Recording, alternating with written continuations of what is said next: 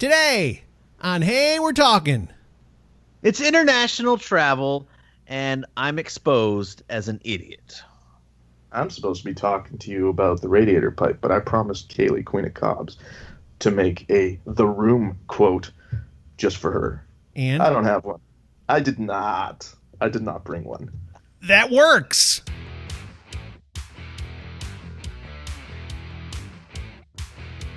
Hey, everybody. That's another one of my ones that I do all the time. That coffee looks really good. Did you make it?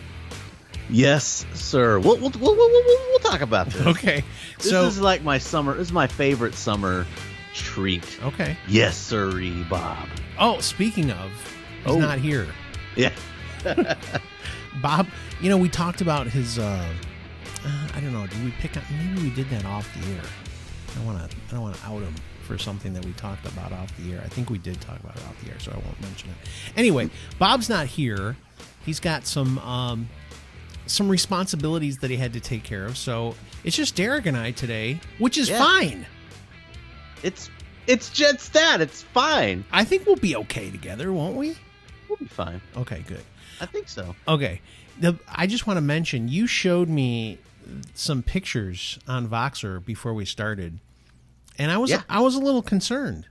That toilet looked like it had some issues. He didn't show me a number 2 or anything like that. Don't forget about it. But here, I'll even bring it up on for those of you who are watching via YouTube. For those of you who want to see Facebook, the toilet, we'll get to see. So let me just give you a little background. Yeah. The plumbing in my house, specifically to my son's bathroom, is messed up. I could hear that. Yeah, we are broadcasting. Okay, so I'm gonna have to. What do I have to bleep that? I don't know. I don't know if I can really hear it, but it was pretty funny. Yeah, it was bad. So we've been having problems with the toilet flushing. Something about the angle of where the pipe is. Things get backed up. Oh, geez, that's terrible. So we had to replace the toilet, and the toilet itself, I think John dropped we had like one of those scented candles, one of the big glass scented candles. Yeah. And it fell. It fell and it cracked the toilet. Yeah, that's why I was concerned. I was like, oh my gosh, there's a big crack in the toilet. Yeah. So it's on the back side, right? Like on the side of the back area. It was on the side, on the back, and when it would flush, it would of course leak. So I JB welded it. And so you could see the very bottom. I mean, I couldn't get the whole thing. I could not. Yeah, but that bottom, the hole, that's the problem right there. That's why it was leaking everywhere, right? Yeah. Well, the little ceramic shard was still in place, but yeah, I mean, shard. When you're talking about toilets, that's a terrible thing to say, shard. Yeah. Oh, look out! Yeah. See, this is why you should subscribe on YouTube, guys. His microphone literally almost fell on top of him, and you almost missed it. Yeah. Okay. So but you caught it. Yeah. I mean, but yeah, I can only JB weld so much. Right. Of the toilet, and it didn't like completely stop the leak. Yeah. So I'm not a plumber. I don't study plumology. No. I don't do that very well. So I had my guy, Mr. Garza, great guy. He's been here helping out with all the messed up situations in the house. I mean, we're gonna have to get like the foundation busted into because we need to redirect the outflow of the plumbing so that it'll like not get backed up anymore. Okay. And John's shower's messed up. I mean, I need to get a new home loan. I need new floors. I need new doors. I need windows. This room, like you can see this window behind me. Yeah. It faces the south, so in the summertime, just gets super hot. Our bedroom over there, it faces the windows face the south, and it just gets super hot. We need double paned we just need more energy efficient stuff. We need stuff to protect, better insulation and doors that don't allow the wind and the rain and the dust to get in willy-nilly. Right. So here's my thing. 2 things I thought of as you're talking about this. Okay, Number 1, I think you should do a home improvement show. I think you should video yourself doing all these home improvements with, whoever's doing them, Even if they're there, you can 'Cause kind of it like ain't go gonna be me. along. You can go along and be like, so today what we decided to do, and you could go through a whole list of things you're doing.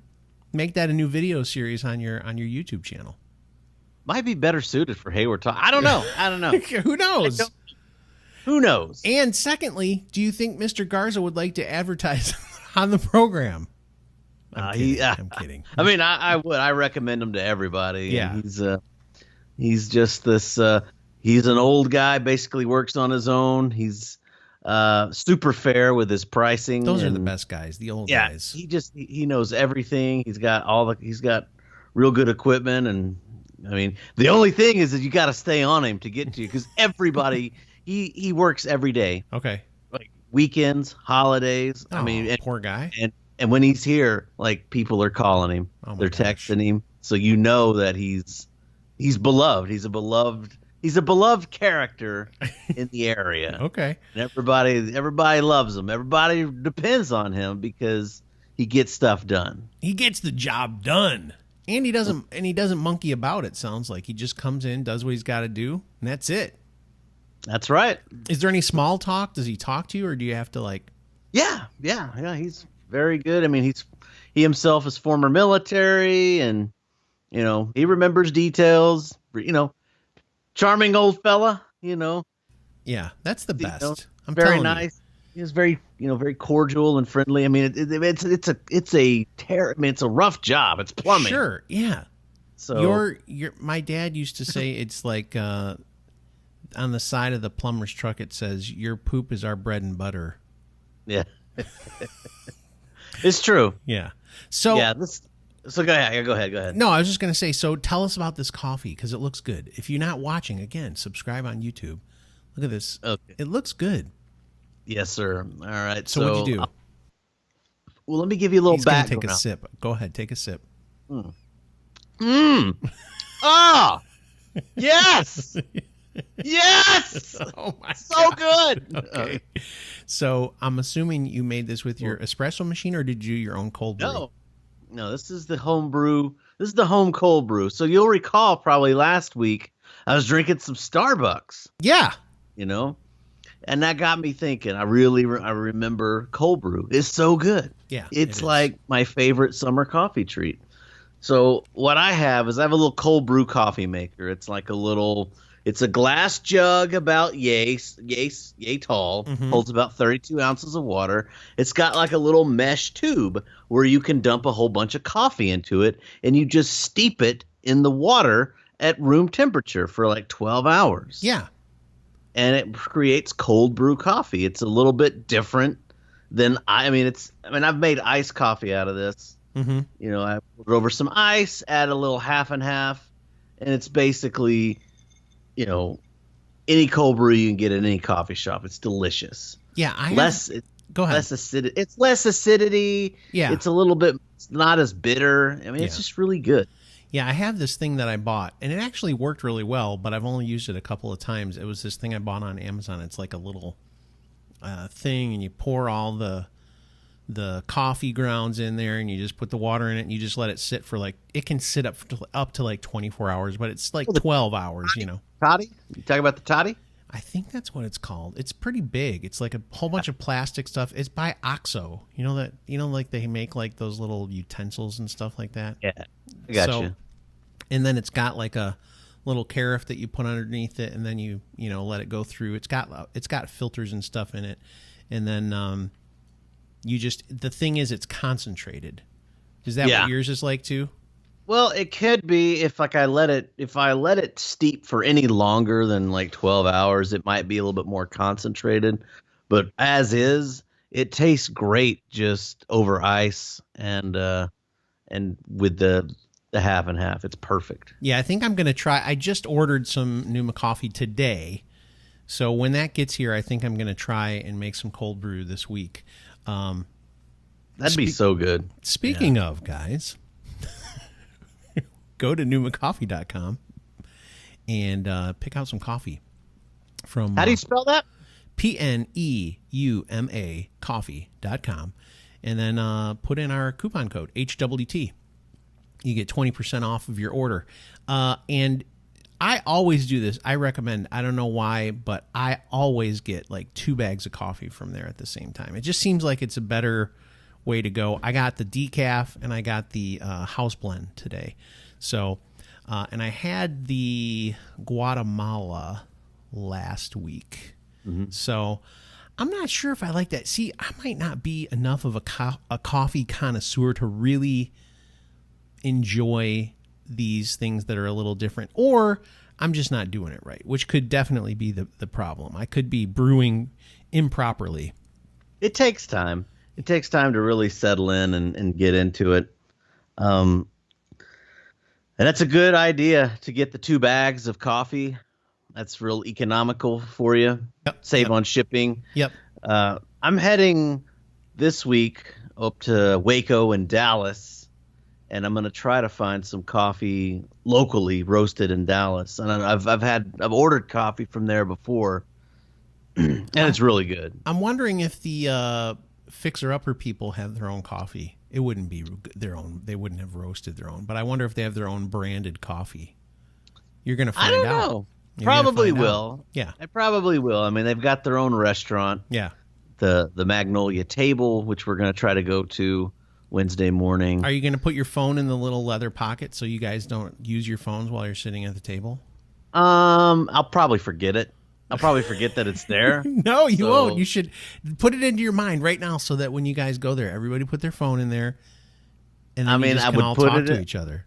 I mean, I'd put my phone in the pocket, but the only way that I could get proof is if I took a picture of it, and I can't do that if my phone's in the pocket. That's true. You could buy a disposable camera to prove it, and then get it. You know, what is that? Developed. I almost forgot that you had to develop film. How to say that? Yeah, take a picture. Camera. Go to the Instamat or whatever. Although they don't have those anymore.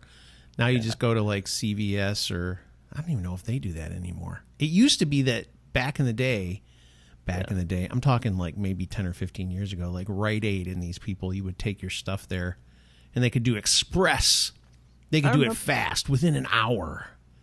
And I was just like, what was the deal then when we used to drive up to the little house in the middle of a parking lot, drop it off, and we'd have to come back in like a week to get our film? Mm-hmm. What's up with that? Yeah. And then you never know if they're good. Half the photos. You could have your finger over the lens, like for every single picture you took. Yeah, they have poor lighting and red eyes. It's weird. Yeah. But with the back to the coffee, yes, I make this stuff and I take it to work and I offer it to my coworkers, and they love it. Oh. And so it's economical too. Now you can use freshly roasted coffee, but this style of brewing, the cold brew, it actually uses, like, if you buy your favorite coffee from the grocery store, like I use the Café du Monde, which is it's roasted in New Orleans. They use it at their cafe with their beignets, yes, and everything. But it's made with chicory, okay, and it's got like a little twang to it, okay.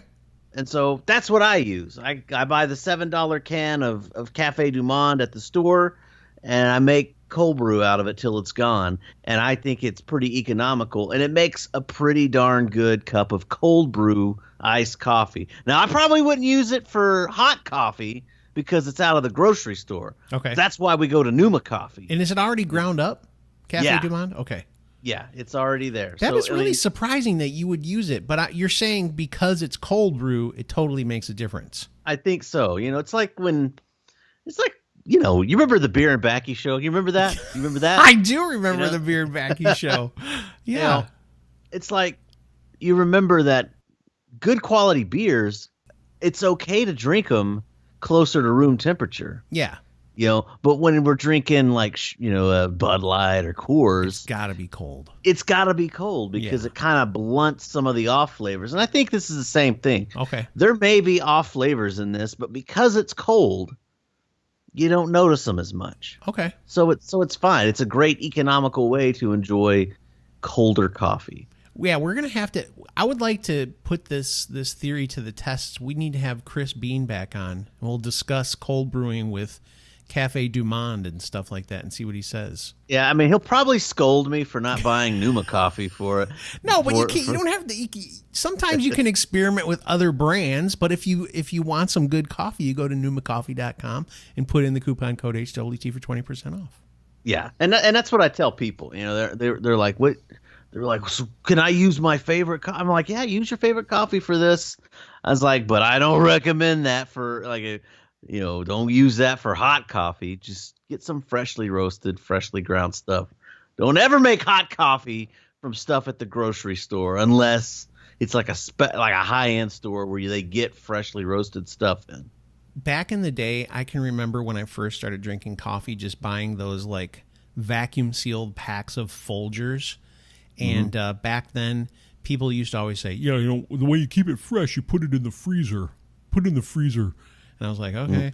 So I'd put it in there. And I can remember holding on to like one of those Folgers things for like 10 months. Because I wasn't using my coffee every day to make coffee. And so when I did make coffee, I would just pull it out of the freezer. And it was in there it was probably in there for a year. And I would use it. How disgusting. Now I think about that and I go, it was probably so gross. Like for when I use the Cafe Du Monde to make the cold brew, I like, you use the can opener to open up this thing because it's like sealed in there. I try to use that whole can like super fast. Okay. Like within a few days because it does start to it gets stale pretty quick. Sure. So you just want to get in there. I used to try to use like the whole can. I used to make it in like a cheesecloth bag, or as Boontar and Greg would say, they're like using a dirty shirt or dirty socks. I was like, no, it was like a plastic nylon bag. Right. I would dump the whole can in this bag and then dump it in a bowl of water, like almost a gallon. Okay. And then let it steep for like a day. And then pull it out. And was it good though? Yeah, it was good. Okay. But it was hard. I mean, it was hard because you gotta get this bag in this bowl of water and like press it down, and you got to get your hands in there to get all the coffee grounds soaked, and then it would still leak anyway. Yeah. And then you would pull the bag out, and then it's just like dripping with it. You'd have all the. You just got. I went on Amazon. I bought the little cold brew maker, and it's perfect. I remember the first time I was doing research about making cold brew, there was somebody like you'll know it immediately. Was there somebody named like the Notre Dame Piper or something like that? Do you remember that? The Notre Dame Piper? Something like that. It was a female. And she was in the pipe community, but she made it in a mason jar. She just put the grounds and everything into a mason jar, and then she filtered it after she put it in the fridge, too. She kept it cold, like actually cold while it brewed in the refrigerator, and she left it in there for like, I think, over 24 hours. Yeah, I think I remember who you're talking about. She disappeared rather quickly, but I like to do the brewing whenever you're cold brewing. Do it at room temperature because when you put it in the fridge, it goes slower. Yeah. It's better to leave it out and let the room temperature do its work on your cold brew coffee. So tell me, how do you do this? I'm sorry we're talking about coffee so much, but I'm interested. How do they do the nitro coffee? How does that work? I would imagine it's like I caught you. I got you. It's like carbonating it. It's instead of using like CO2, they're using nitro. Whatever process they use to do that. I mean, how do you make soda? How do you buy one of those soda? Like soda things from Bed Bath and Beyond and make your soda. It's like. It's like a soda fountain where you mix the syrup and the CO2. I guess they just do it with nitro and it makes it kind of foamy. Okay. But honestly, I don't miss it. Like I would take this over the Starbucks nitro easy because like the whole can is it only cost me $7 at the store for the can of coffee. Yeah. And at Starbucks, it probably costs you at least $5 for that nitro, right? Yeah, like $4.50 or $5 for depending on what size. That is the craziest part of buying coffee at these places is how much they charge you for it. I'm just like, but that's how they survive. I get it, but coffee beans do not cost that much money. Yeah, what do they grow on trees or something? They do, or is it like a bush or a tree? I don't know. It's a tree. Okay, let's just call it a tree. I don't know. Who knows? But seriously, just think of the amount of money Starbucks is making off of all these people. I have not been to Starbucks in at least 6 months on purpose. You know when I went the last time is when you came to visit. This is the last time I went. Isn't that crazy? Yeah, that's a long time ago, dude. That was the summer of last year, wasn't it?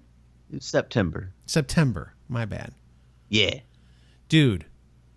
And I got to meet your brother. Both of your brothers. Mm-hmm. It was pretty exciting. Yeah. My little brush with fame right there. Well, I mean, I know you too, so. Yeah, you know me. I mean, so there you go. No, I know you, and that's my brush. You're like legendary stand-up comedian, radio personality, Apple technician. Whatever. You know what's funny? So on Netflix, why did I say it like that? On Netflix. They Jerry Seinfeld's Comedian Cards Getting Coffee came out, and I was watching a couple of them. He was talking to Dave Chappelle, and he just so happened to talk to Dave Chappelle about he was getting ready to go on stage, and he had to poop. It was like literally they're announcing him. It's like a huge show. It's not like he was the opener or something. He was the guy, and he was like, I must have eaten something bad or whatever, and I had to go really bad. And he said, I just had to decide, am I going to go or am I just going to go? He had to do an hour set. So he was like, can I make it an hour? And he went up and did his set. And Jerry was like, yeah, see, your rectum understands when you've got something important to do. And I was thinking to myself, no, not mine. In fact, every time I did stand up, literally like 5 minutes, even when I was doing improv at Second City, I would like 5 minutes before it was time, I would just be like, oh gosh. And I would just like go and go to the bathroom, come rushing back out, all like freaked out and look sweaty and stuff because I was nervous. That's what happened every time. That's how you know it's not meant to be.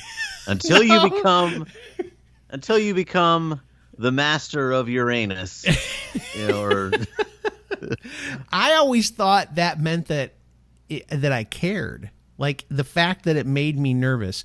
After I got up there, I had no problems. But right before, I would be like, oh gosh, I gotta poop. And I go to the bathroom and get up there, get in front of those lights, and then it was over. I was in a zone. Well, that sounds pretty interesting. No, it doesn't. You're humoring me. No, it's funny. I mean, to say like every single time. I exaggerate a lot of things. Have you noticed that? So maybe it didn't happen every time. I do have a propensity to exaggerate. So listen, when we come back, I don't know if Derek remembers this, but he had this idea, and that today is the day. It's on the spreadsheet. I hope he's all brushed up on his Pitcairn Island stuff. Oh, because when we come back, we're going to be talking Pitcairn. Is that the right way to say it? Pitcairn Island? Sure, I think so.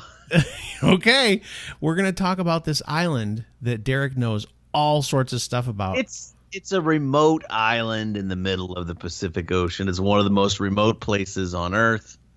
And we'll talk about it. And Derek brought it up and said, let's talk about it. And I was like, okay, we can try. So we're going to do that today. We'll be right back after this. Hey, We're Talking is brought to you by Numa Coffee. Head over to numacoffee.com and use the coupon code HWT to receive 20% off. That's numacoffee.com, PNEUMA coffee.com.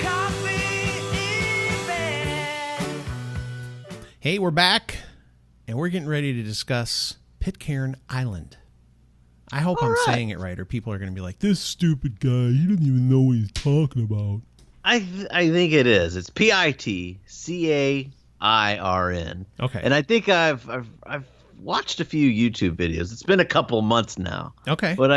But you know, they speak with, like, you know, English, New Zealandish accents. Welcome to Pitcairn. And that Okay, so it's almost Irish. And that sounded Irish. So But you I don't even. But you watched these videos, and obviously it excited you, and you wanted to talk about it. So tell us about this island. What is it? What is it? Well, I was you know, you watch these little top 10 videos. Yeah. The infographics show, you know, Sure. just different, you know, the all-time 10s, different YouTube channels, and they just make weird videos about strange topics. And they mention that they did one about, like, the 10 most remote places on Earth. Yeah. And you're like, okay. Yeah, let's see And this. so they mentioned different islands, and of course one of these was Pitcairn Island. Okay. And it's in the middle of the Pacific Ocean. It's about halfway between, I don't know, New Zealand and Hawaii. Okay. Or something like that. Man, that's kind of scary, dude. You're far away It's just- from both things. That would freak me out a little bit. It's a few hundred miles from Tahiti, if that Okay. means anything. Okay. I mean, they're practically neighbors. Okay. Just a couple hundred miles of vast, deep ocean in between you. Okay, so it's in English territory. Now, you remember that movie or the book, Mutiny on the Bounty? Ever Yeah. heard of it? Yeah. It's a true story. Yes, it is. It was a ship from the English Navy, the Bounty, captained by Captain Bligh, and the first mate was Mr. Christian. Was he pretty Bly for a white guy? Oh, you're gonna try to derail me, but you're not gonna succeed. All right. So there was a mutiny on the Bounty. Explain everyone what a mutiny is, just in case we have some people that don't know. Mutiny, eh? It's whenever the crew decides that the captain does not need to be in charge anymore. Like they think, you know what, this guy's a total idiot. We're taking over. So mutiny is a pretty serious Very serious thing. Yeah. That's like you go to hell for mutiny. Or you hang from the gallows or walk the plank. One of those. So when they decided to do this, I don't know the details. I don't care. Doesn't matter. Maybe I'll watch the movie. They mutinied, and that's all that matters, right? They mutinied, and It's not even a word. They went to Tahiti first. Yeah. And they stole some women. They did. And It's then so sad. Hey, we got to go over here real quick, steal some women. We'll be right back.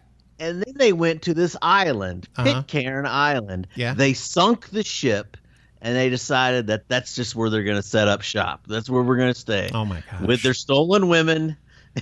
Oh, the my crew. gosh. The crew and their stolen Tahitian women. They knew where this island was. They went in. They sunk the ship, and they set up shop. And the inhabitants of this island are like, they still have those last names, like Christian and different. There's different. A lot of them are direct descendants of the mutineers. Oh, To my this gosh. And so it's not so much like a touristy place, but like when there are cruise ships and things, they do tend to go by. It's very picturesque. It's kind of small. There's like one town. There's 50 people on the island. That's it? 50 people. Get out of here. Yeah. And they're looking. They're looking for people. So what do they give you if you come? What do you get? You get free land. If you just say, hey, I want to move here, they'll give you a piece of land. Is it oceanfront property? Like the whole thing is oceanfront. Like you can, like 2 minutes in any direction. And you're in the water. You're there. That It's sounds pretty too cool. small. So how many people can actually, have you ever done like an update on this and find out if a whole bunch of people did it already? Oh, like one person showed up. That's it? I mean, there's a problem. What's the problem? Tell us. It was a scandal. And this is what, like, the whole world knows about this. Okay. And that's why nobody wants to go there. Okay. And this is going to be a little risque. Oh, no. But, like, back in 2005, oh, man. The I'm so worried now because you're making it sound like it's so bad. It is bad. All right. 2004, charges were laid against 7 men living on the island and 6 abroad for sexual misconduct. Oh, boy. Having sex with little girls. No! Yes. Well, then, I mean, you can't move there. Yeah, but unless you're like, unless you're messed up. That's terrible. Can you go there and like get rid of these guys? Can you figure out a way to get rid of them, or do they still get to stay there? Like, I'm sure like it was a big thing, and I think some of them left and some of them were on prison. I think some of them are still there. Oh, I think no. some of them might have died, some of them might have moved away and left. But like it's like that's kind of, it was like this thing where, you know, the men and the girls. I mean, it was not a terrible. good thing. So let me ask you, how do you get there? Can you only get there by a boat? Only by boat. There is no airport. You have to basically there's like a freighter that comes from New Zealand like every 3 or 6 months, but then there's like you can get like transport from Tahiti or something like that. I forget the details, but it is a very deliberate, laborious process. So do they have electricity and like internet and stuff? They do. They have diesel generators and they have electricity on for like most of the day, not at night. Oh no! This is sounding worse and worse. And how can you handle moving there?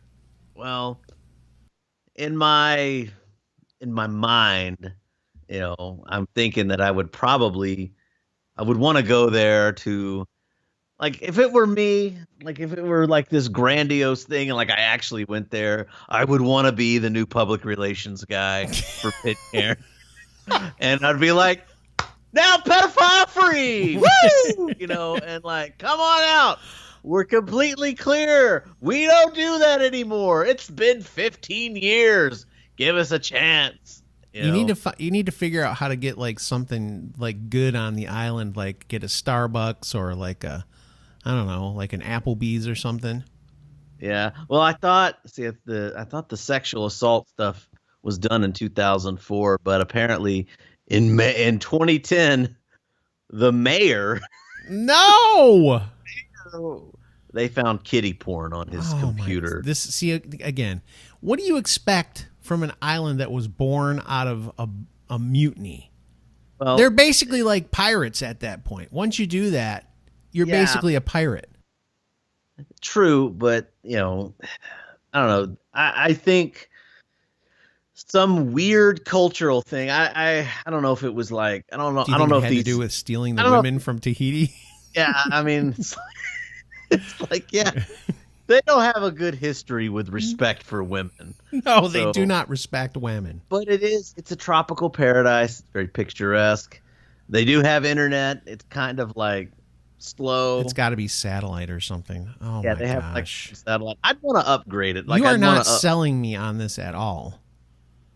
Like, make your pitch. All right, you, me, Bob, our families. We sell everything we own, right? Yeah.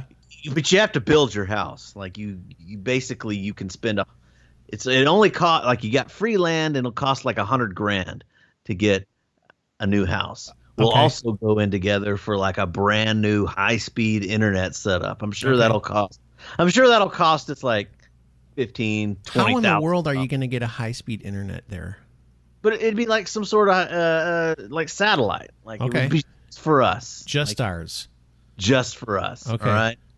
So we can make money from our YouTubes, you know. Yeah. We would grow weed and sell that to tourists. That would be what would help us, is selling the weed. We could go fishing, and that's how we'd eat. You know, we'd eat like mango. Like, there's like all kinds. Mangoes are not keto friendly, man. I mean, you'll be good because you won't eat for like 12 days at a time. But I gotta have some food. Well, dude, by the time we get there, you're going to be in shape. Okay. So this is like a year or more out, is what you're telling me. Yeah, I mean, we do need to make a lot of plans. This is not something you just throw your, hey, we're going this weekend. Yeah, you gotta. I mean, it's deliberate thing. I mean, and there are some positions that are available with like the local government because basically the United Kingdom supports them. I mean, I'm taking over as mayor. I can tell you that right now. Yeah, and I'm gonna be like Trump, dude. I'm just gonna be like, Pitcairn Island needs to become great again, and I'll just rule over them. Kitty porn ever. It's like, well, yeah, let's hope so. And I'll just call the old mayor, like I'll come up with some catchy name to make fun of him. It'll be perfect. I'll win in a landslide. Yeah, I don't think he's mayor anymore. Okay. You're out, Mike. But 50 people. And then basically a quarter of the population was convicted, or was 50. A quarter of the male population was like, yeah, you done did it, and that's not cool. I think the thing that would cost you the most money is just getting there. I think that would be the hardest thing. Mm-hmm. And then it's a perfect out though for never having to. If you don't want to see your extended family, you can just be like, man, can't make it this year for Christmas. Yeah, but you can stay in our spare room here. That's true. Come to paradise. Watch out for Bill next door. He's got his eye on you. I wonder what kind of rules there are there. Seriously. So do they have a jail and stuff? Can you go to prison? I think what they had, there's like a cop. Cop. I think like what that. they had, I think I didn't read too much into it, but what I heard was that like the UK, they had to like custom build a prison there to house these guys. Like, wow. So because they couldn't remove them, they had to serve the time there. Because that's where they were convicted. That's where the crime occurred. Yeah.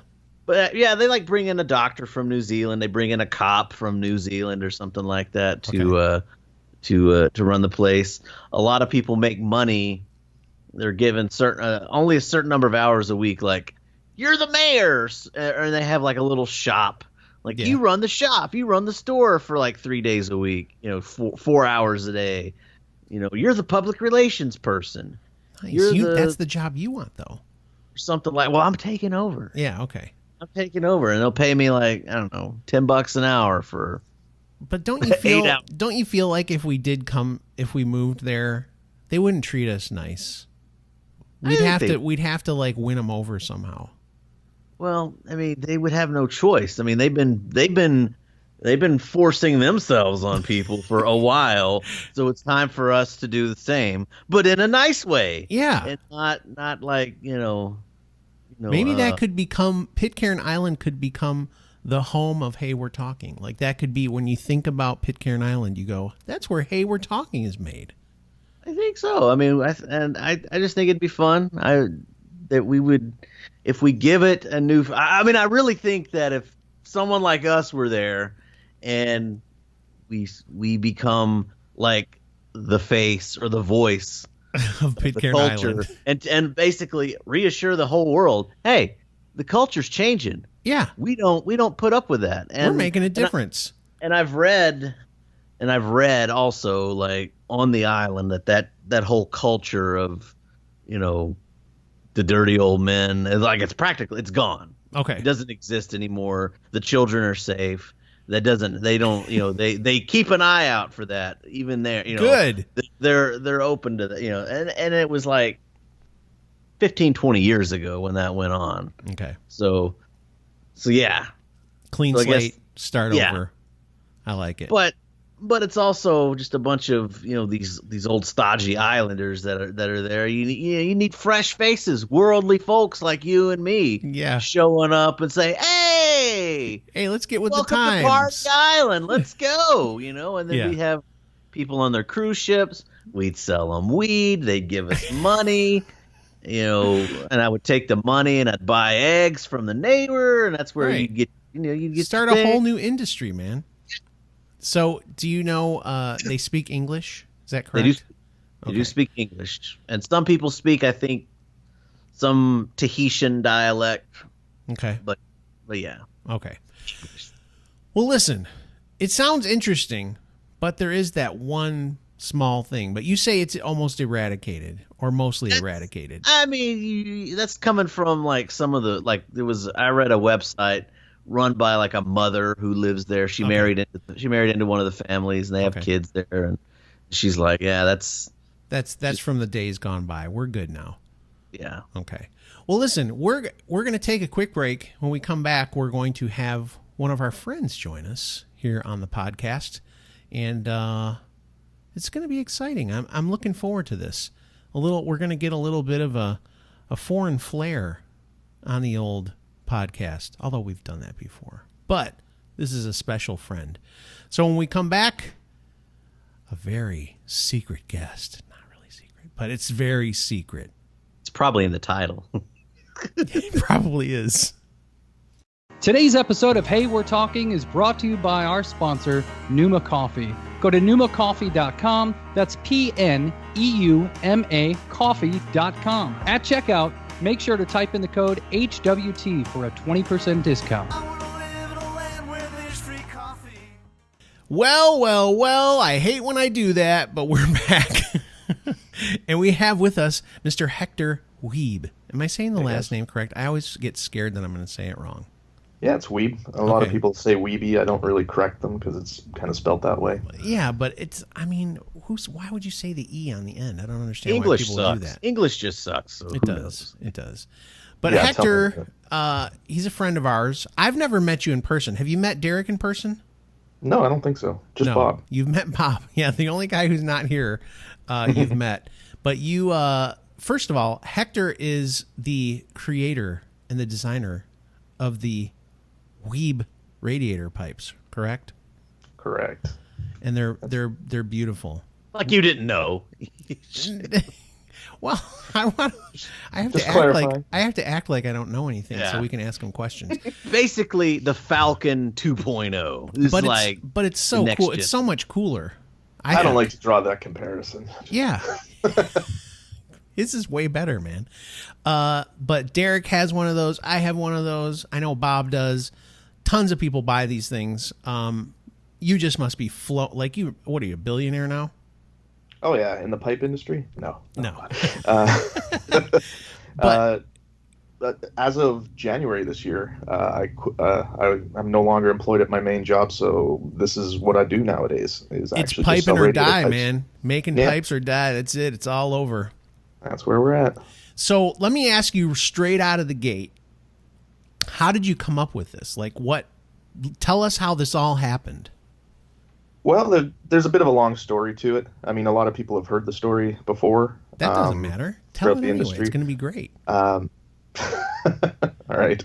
A lot of people might know I have a little boy. His name's Peter. He's 6 years old now. But when he was younger, ever since he was born, he had heart issues and a few other medical issues. At one point, it had gotten so severe that the only other option to rectify it was a heart transplant. So him and I spent 7 months he spent the time in hospital, hooked up to machines that pumped for his heart. And I was in a hotel for 3 months and then a Ronald McDonald House for 4 months. So I'm away from home, not earning income. There's still mortgage payments and bill payments to keep the lights on. And so I actually made a few friends in the city. It was in Edmonton, Alberta, Canada. Yeah, I don't know if people knew this guy's a Canadian. Yeah, I'm Canadian. The accent doesn't give it away. Not at all. And in hospital. That was another one. There you go. So I actually met Ian Barnes first. Oh, okay. And then I met Cody Perkins. Okay. Second. And Cody was kind enough to lend me his shop. Sorry, guys. That's okay. Cody was kind enough to lend me his shop for doing some prototype work and eventually a little bit of manufacturing work. And once it started with designing the entire pipe on a computer. I went and bought the cheapest computer I could find at Best Buy. I think it was like $280. Taught myself AutoCAD real quick, or the free version of it, and designed it.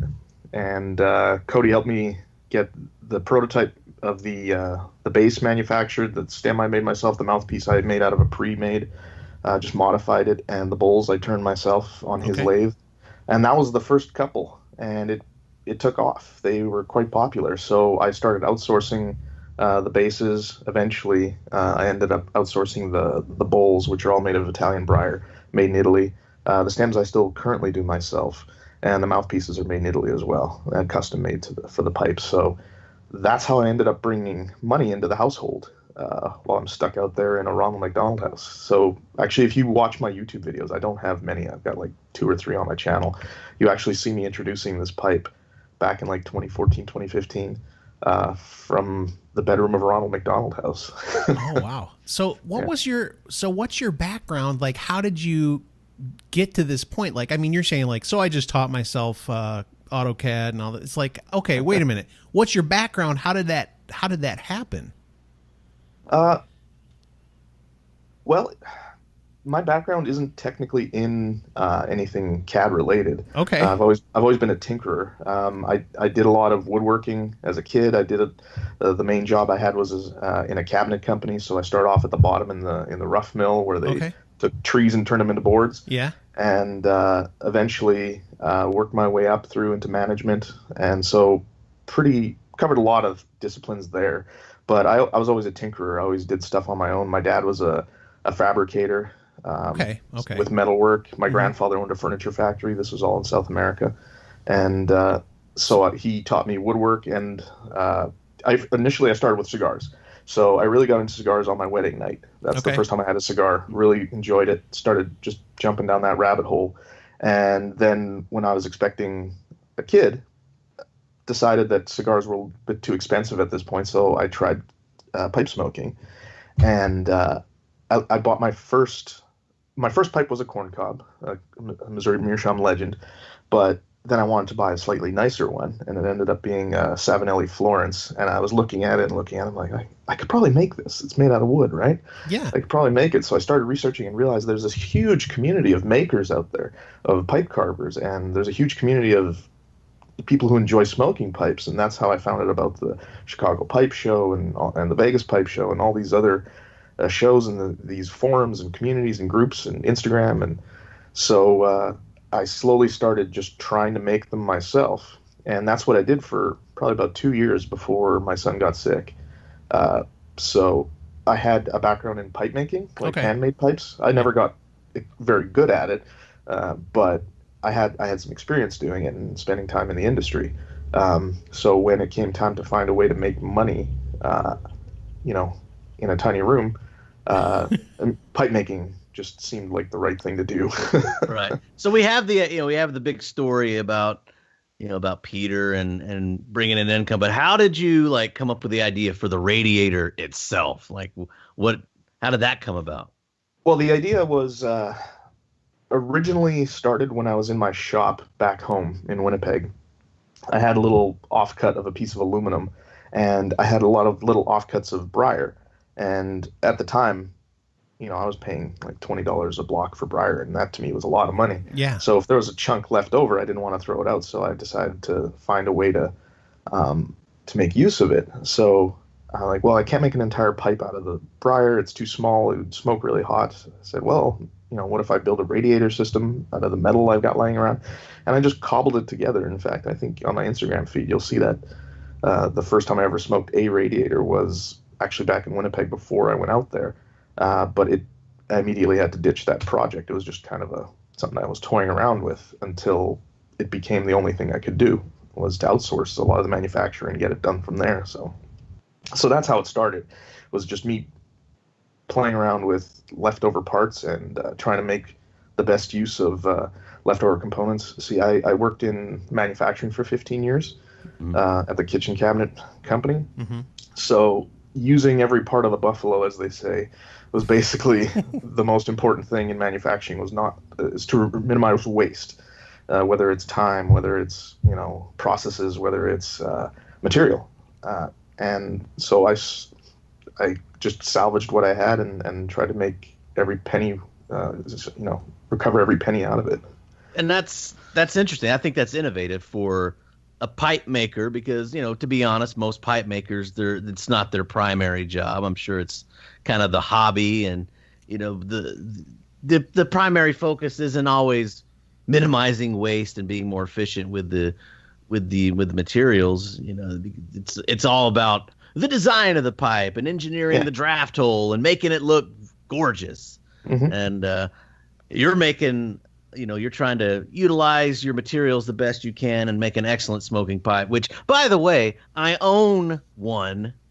I've owned a couple of Radiator pipes. I think you actually own one of the original ones. Yeah, well, I gave that away. I only give away things that I like. I only give away like pipes that I really enjoy, or if I give somebody a pipe, I want to make sure it's a good one. And a gentleman from New Brunswick in the YouTube pipe community, he gifted me something, and I thought it only appropriate to gift him a Radiator pipe.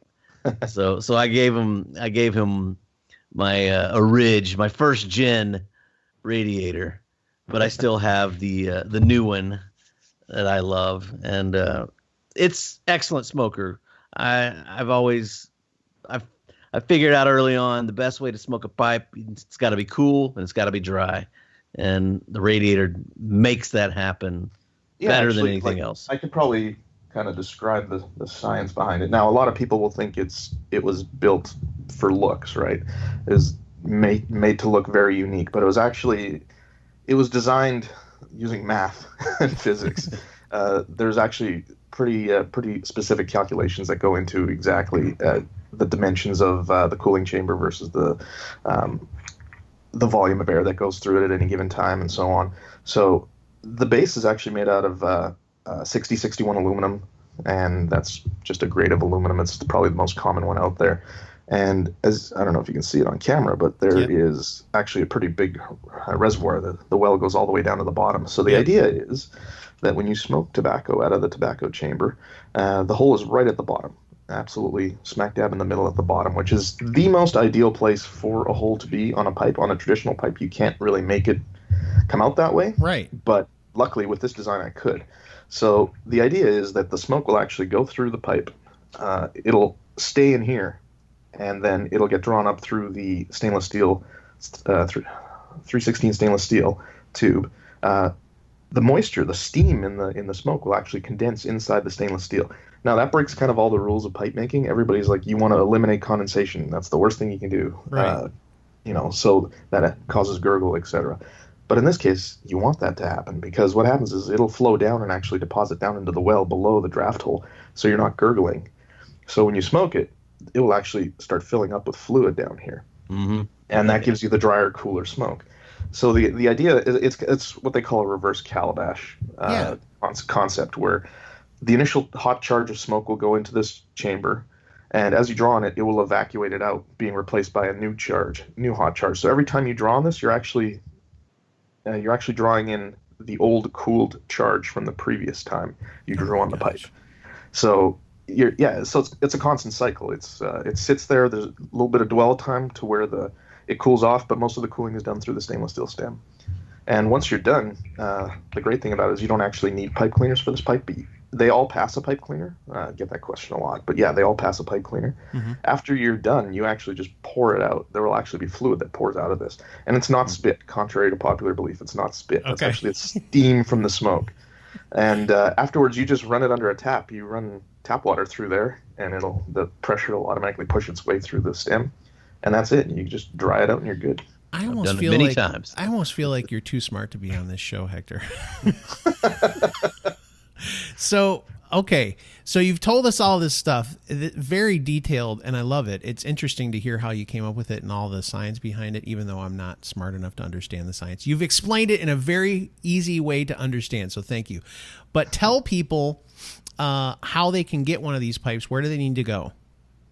Well, there's actually quite a few places you can get it. You can get it directly through my website, which is hwiebe.com. Those all ship from me here in Canada, but I have a few retailers out there that are located in the U.S. that sell online. I've got tobaccopipes.com, carries probably the largest selection. I've got cupofjoes.com, carry some. Okay. And actually, believe it or not, Pipin' Ain't Easy is the only U.S. Supplier of the Midnight Edition. Okay. So that's the black on black on black. And that thing I've is actually so sweet, man. I well, love this it. particular one, I don't know if you can see it. Yeah, it's got. But this has got a different finish on it. That one's actually done by Quincy Worthington. Okay. He goes by Preacher Pipes. He's a preacher. That's not yeah. There you go. Yeah. But he actually does the rustication and the dyeing and everything and the finishing, Okay. and he sells those individually. You just got to contact him directly through either Instagram or So is that just Facebook. for the bowl? You can get that from him, or the whole pipe? Just the bowl. Okay. And the great thing about these is they come in many different bowl shapes. I think the only one I've shown you is this one. Yep. But it comes in also a brandy shape, and they're all modular, so you can screw them on. And I know Brandon Brooks has done some bowls for you. Brandon has done some as well. He's got some pretty unique colors going as well. And the frames, there's 5 different color bases. I got, check out the website. You can see all the possible combinations. There's actually 225 possible combinations of stem, base color, and bowl combinations. So 225 possible combinations of pipe. That's and cool, if you add to it that I got a white mouthpiece as well, that's 450 possible combinations. Wow. And just real quick, the first one that I got was actually when you did something with Morgan pipes.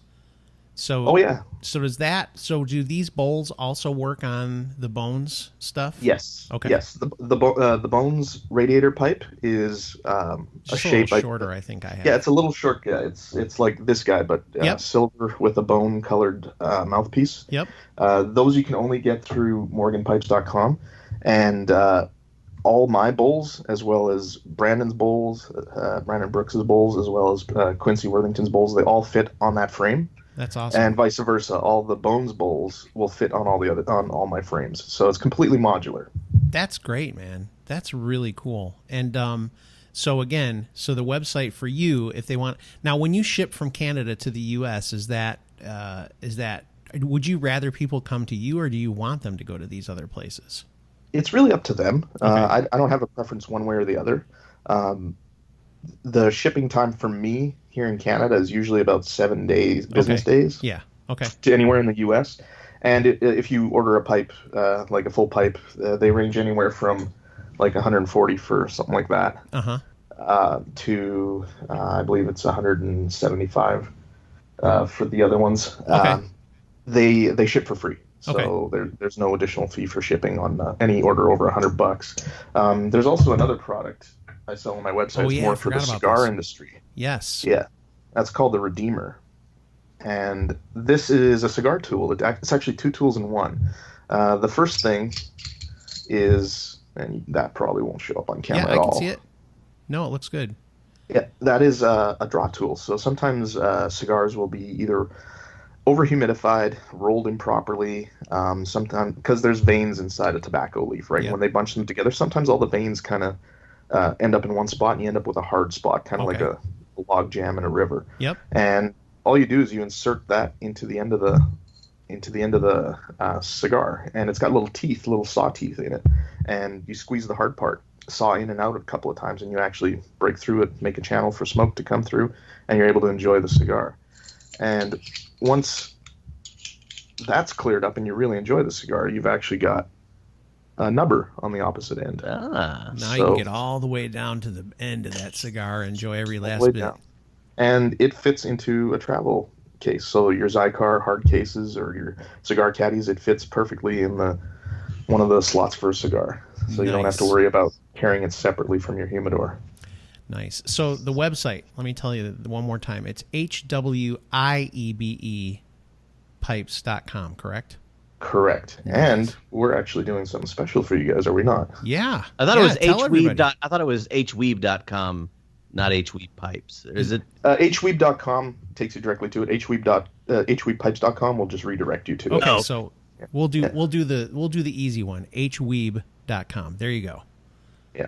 So tell us, what kind of surprise do you have for us? So I've worked with these 2 gentlemen and the absent one, Bob. Mr. Bob. And Bob, the absent one. Yeah. To offer you guys a bit of a discount. So what I'm going to do is there's a coupon code, which I imagine you guys will either blurb at the bottom or just say it. HWT. HWT, and that'll get you 15% off any order on my website. Nice. Wow. So you put that in there in your shopping, add whatever you want to your shopping cart before you check out. Put that in your coupon code HWT, and you automatically save 15%. Dude, and that's just for you guys. Dude, Derek's going to buy like 12 tonight. I'm taking a trip. I can't afford anything right now. I'm about to go on vacation. So make sure you guys do that. Go to HWiebe, so that's WIEBE.com. When you get to the end, when you're getting ready to check out, put in HWT. Boom, shakalaka. You got 15% off. That is so good.